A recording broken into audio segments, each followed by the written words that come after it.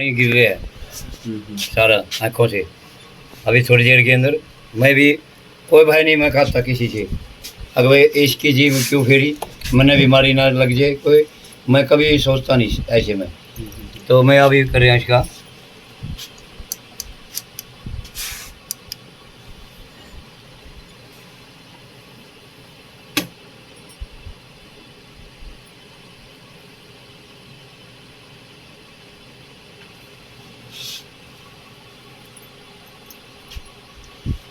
और किसी भाई के अगर चश्मा लग रहा है 2-2.5 नंबर का, अपना सवेरे इस उंगली से बासी थूक डालें, इस उंगली से बासी थूक डालें, शाम को दूध डालें तो चश्मा उतर जाएगा, कभी भी चश्मा नहीं रहेगा सर।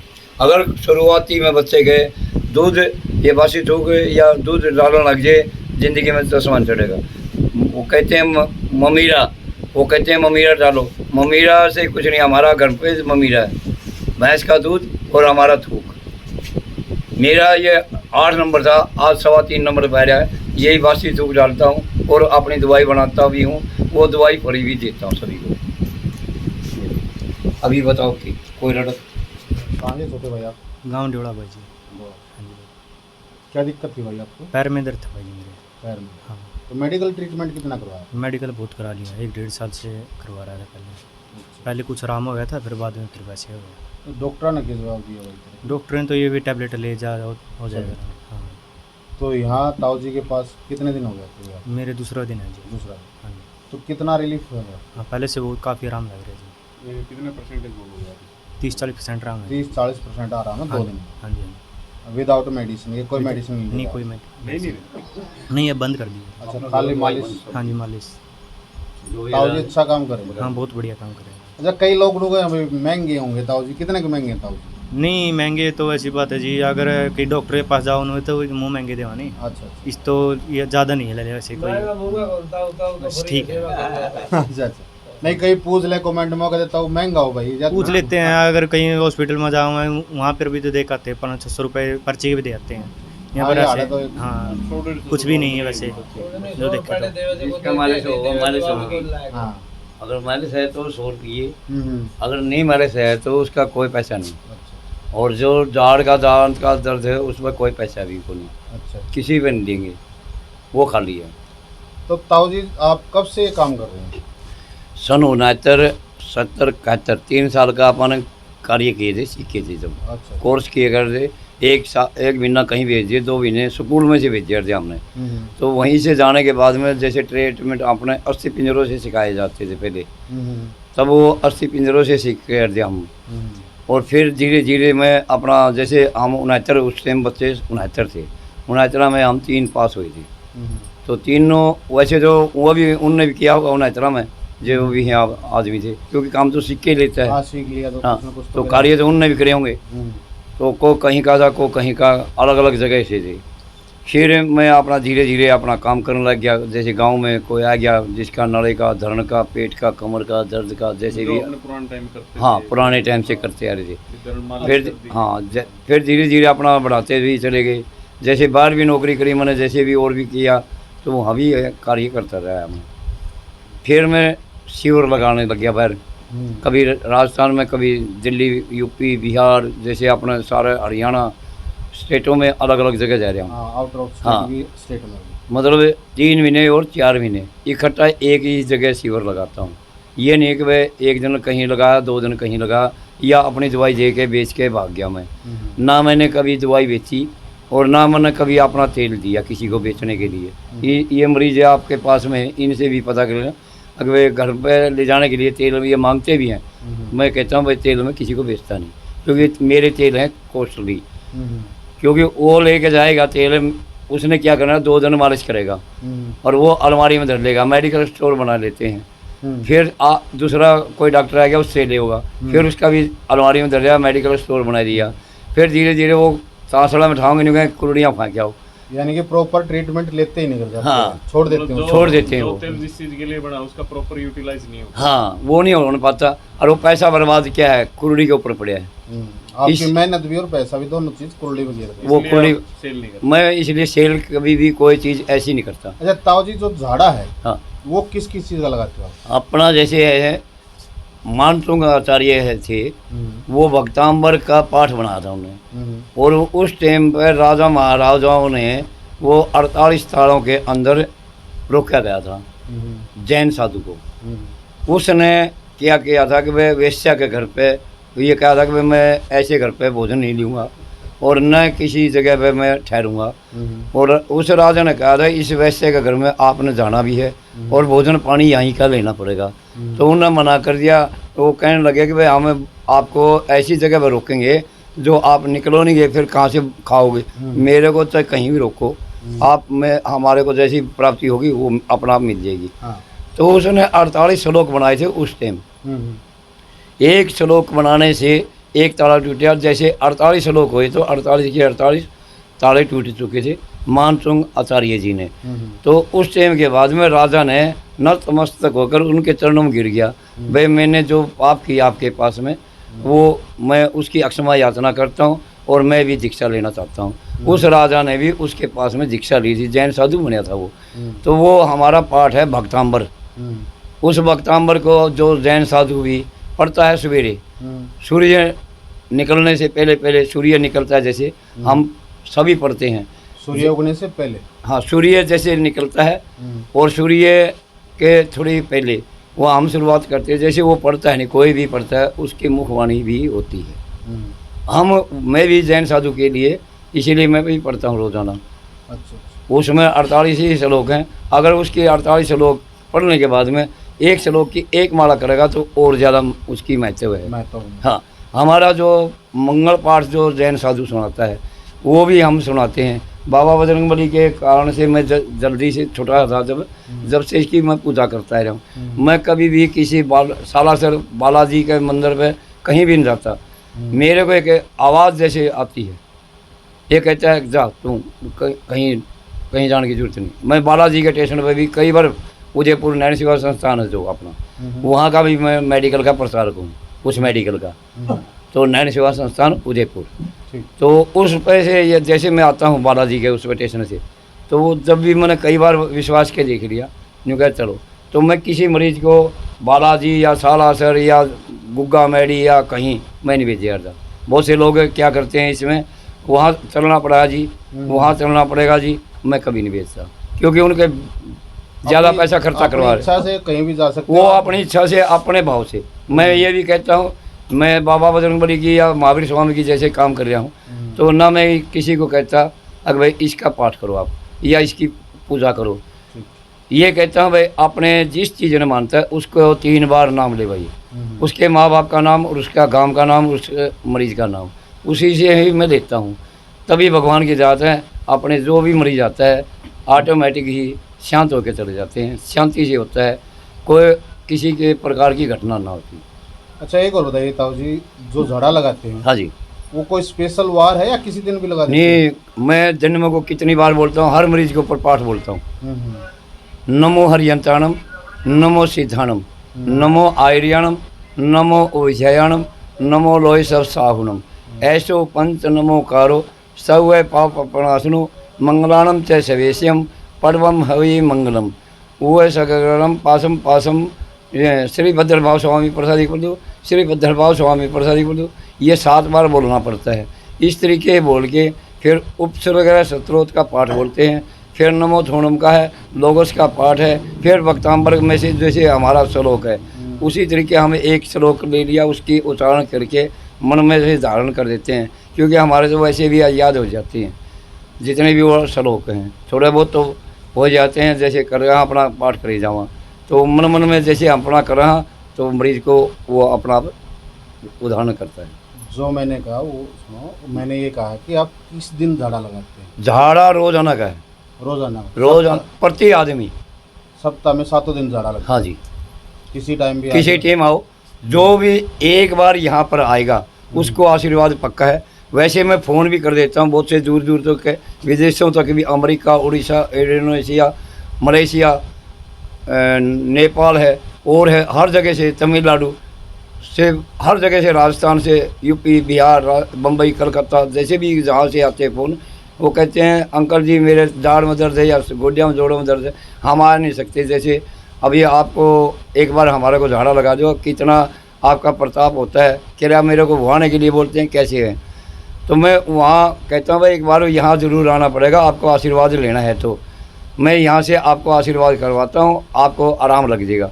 तो उनके भी फ़ोन आते हैं कि जी अंकल जी कल हमारे को आराम लगा था, एक बार और सुना जो, जब भी हम छुट्टी आएंगे तो पक्के आएंगे आपके पास भी, हाजिरी पक्की लगवाएंगे। मतलब आप मोबाइल पे टेलीफोनिक झाड़ा भी मोबाइल के ऊपर भी हम लगा देते हैं, पर क्या है मेरा मोबाइल जैसे गाइडिंग होता है, मैं कहता हूँ भाई एक बार आना ज़रूर पड़ेगा, जिसकी अगर जाड़ में कीड़ा लगा हुआ है, खाली पड़ी है, उसको तो पक्का आना पड़ेगा।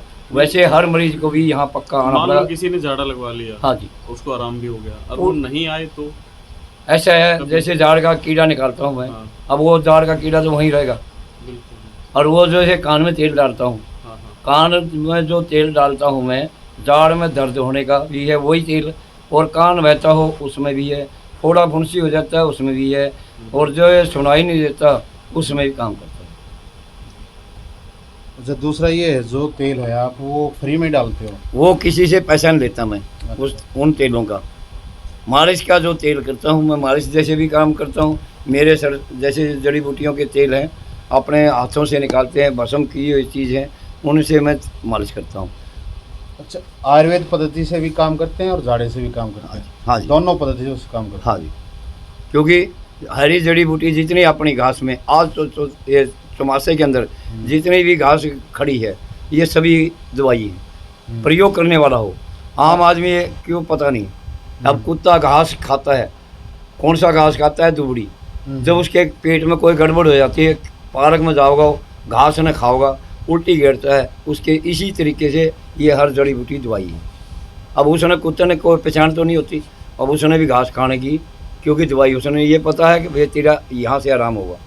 अच्छा ताऊ जी, एक और बताइए, किस किस रोग का इलाज करते हैं आप? एडी से चोटी तक का कोई भी रोग हो, कैंसर है और है, अजरंग का है, लकवा जैसे पैन लगे है, पैन जो भी किसी प्रकार की है, या खुजली है, अभी वैसे आई नहीं, आज वो खुजली वाले से बुलाता हूँ, तीसरे दिन का टाइम देता हूँ जैसे किसी को, तो किसी को रोज़ाना का है जो पेट के लिए है, नड़ा का, धरण का, कैसा भी समस्त बीमारी है उसके लिए 3 दिन लगातार बुलाता हूँ, और जो अन्य रोग वाले हैं तीसरा दिन भी दे देता हूँ। उनको जब मालिश की काम करना, कमर का दर्द निकालना या तनकारी है या कोई और वैसे रोग है, तो उनके लिए भी मैं पूरा कार्य करता रहता हूँ, उनको बुलाता हूँ रोज़ाना। अच्छा, एक बात बताएं, जो पेट संबंधी रोग होते हैं रोग, हाँ जी, उनको खाली पेट आना होता है या खा पी के आ सकते हैं आप? उसको खाली पेट आना पड़ेगा, जिसके पेट की बीमारी कोई भी है, हम्म, और कोई बीमारी के लिए खाली पेट नहीं आना, हम्म, सिर्फ जिसके पेट की बीमारी है या नसों का जो भी कोई किसी प्रकार का कोई नड़े में, जैसे आंतड़ियों के अंदर या अंडकोश में, जैसे वो किसी चीज़ में ऐसे में गुप्त रोग है, उनके लिए खाली पेट आना पड़ेगा। ठीक। जो सोराइसिस है, चमड़ी है, हाँ, उनके लिए खाली वो पेट? कोई खाली पेट नहीं आना।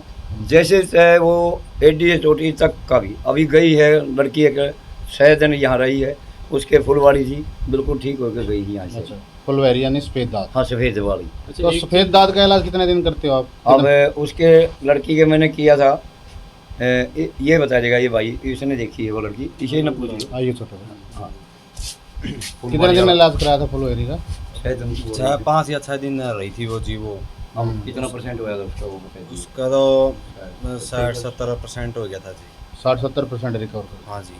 अभी आओगी दोबारा? हाँ, दोबारा आप कहाँ से बुला है रखिए ये? जी। वो है ये गंगा टेढ़ी। गंगा टेढ़ी पोपड़ा। वैसे तो कई जगह से आ रहे हैं, आज भी शायद एक लड़का आया था फुलवाड़ी वाला, अरे नहीं कहाँ गया भाई वो? हाँ, वो किसी के पास में जा रहे हैं गांव में को अच्छा, होगा कुछ ताऊ जी गृहिणियों को भी प्रॉब्लम हो जाती है? धरण गृहिणी, हाँ, उसकी भी नसें निकालनी पड़ती है, उसको भी नीचे से लेकर यहाँ तक पिछली साइड से नसों का काम करना पड़ता है, जब ही निकल जाती है। कोई कटाने की जरूरत नहीं, ना कहीं से ये गोड्डे का जो जैसे कहते हैं भाई गोड्डे के अंदर गैप हो गया, बहुत से डॉक्टर कह देते हैं अगर ग्रीस खत्म हो गया, कोई ग्रीस खत्म नहीं होता। ग्रीस क्या है, मैं ये कहता हूँ ना किसी का मैं वो करता है कि वह खाने पीने का कोई परहेज, कोई बीमारी हो किसी भी प्रकार की है, कोई किसी प्रकार का कोई उनका परहेज नहीं। सिर्फ जैसे दूध का मैं काम कराता हूँ कि वह दूध पीना है, जमैन या हल्दी का कोई भी चीज़ का, जैसे उस टाइम मैं ये कहता हूँ वह 2-2.5 घंटे पंखा ना हो, ठंडा पानी पीना, उस टाइम के लिए 2-2.5 घंटे के लिए परहेज है, ना कि और किसी चीज़ का भी परहेज। खाओ मर्जी, उस दिन मरदा चाहे आज मरो, फिर खा पी के मरो। ठीक, मेरा ये इलाज है। अच्छा, एक चीज़ है, आप जैसे कैंसर का बता रहे हो, हाँ जी। क्या इसमें कोई स्टेज, मतलब कितने स्टेज तक का आप अच्छा, करते हो? ये कैंसर क्या होता है, हाँ, पहले भी थी कैंसर, पहले वाले, आज ये नाम कैंसर रखा गया, पहले फोड़ा फुंसी होता था। पहले हमारे कांसी और बर्तन पीतल के होते थे, उनके अंदर जैसे हम लासी पीते थे तो ऑटोमेटिक ही वो रोग कट जाता था।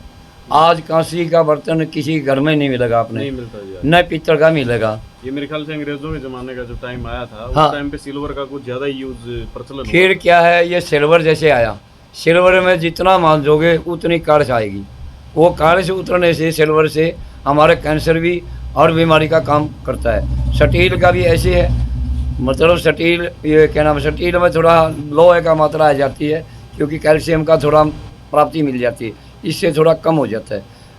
सिल्वर जो एल्यूमिनियम है, इससे बीमारी फैलती तो बर्तन बढ़िया कौन सा रहेगा यूज करने? कांसी और पीतल। मेरे घर में भी आप दिखाऊंगा मैं कितने बर्तन है अभी रखे हैं, हर चम्मच से लेकर और जितना बड़ा बर्तन होता है हर पर बर्तन आज तक है। ताऊ जी की जो नई बहू आई है ना, हाँ वो क्या करती हैं, उनको सिल्वर चाहिए, क्यों सिल- जल्दी बन जाता है खाना। हाँ, उन्होंने सारे कांसी के बर्तन वाला के चढ़ा दिए, वो सिल्वर के लिया मैं। वो उनको क्या कहना चाहोगे? मैं ये कहता हूँ भाई, असलियत अगर बीमारी से दूर हटना चाहते हुए हाँ। तो अपने खेत में भी गोबर की खाद डालो, और ये जो अपना केमिकल वगैरह डाले हैं, यूरिया अरे कम से कम खाने का तो अनाज अपना तैयार करो। अपनी गोबर की खाद, ये भेड़ बकरियों की मिंगन खेतों में डालेंगे तो 5-6 साल हमने गोबर की खाद भी नहीं गेड़ने की जरूरत हो, जिस ज़मीन में गेड़ी है। फिर रहा दूध, अब दूध क्या है, जैसे हम सपरा करते हैं, बाड़ियों पर करते हैं और करते हैं, उससे वो चिकनाहट चली गई। पहले धार निकालते थे तो अपने शरीर के ऊपर धार निकालते हुए चिकना हो जाता था, आज कोई किसी का मात्रा पशु नहीं भी तो मिलती। वही खाना खा रहा है ना, पशु जवार, भी जो वही खा रहा है, तो chemical कमजोर छिड़का होगा हुआ है, वो उसको भी तो हाँ। इफेक्ट आएगा ना। खड़ बिनोला देते हैं, मैं कभी खड़ बिनोला नहीं लाता, मैं अपने घर पे ही सरसों है, गेहूँ है और अनाज है, उनको रला के और उन्हीं का चारा बना, वो दलिया बना के वही पकाता हूँ और वही पशु को देता हूँ। कांसी का बर्तन और पीतल का बर्तन अपने पास में ये ज़रूर होना चाहिए। अगर जिसके कैंसर भी है, मैं तो ये कहता हूँ उस बर्तन में खाओ पियो, लस्सी पियो, दही पियो। जिस आदमी के सूट नहीं करती दही लस्सी, उसको मैं करता हूँ, सूट भी होगी, वो हम तरीका देंगे, वो खाओ। ठीक। जिसको आपके पास आना तो किस तरह आए बरसोड़ा गांव में वो? हमारा जैसे मेरा गांव है बरसोला, तो डिस्ट्रिक्ट जींद में पड़ता है।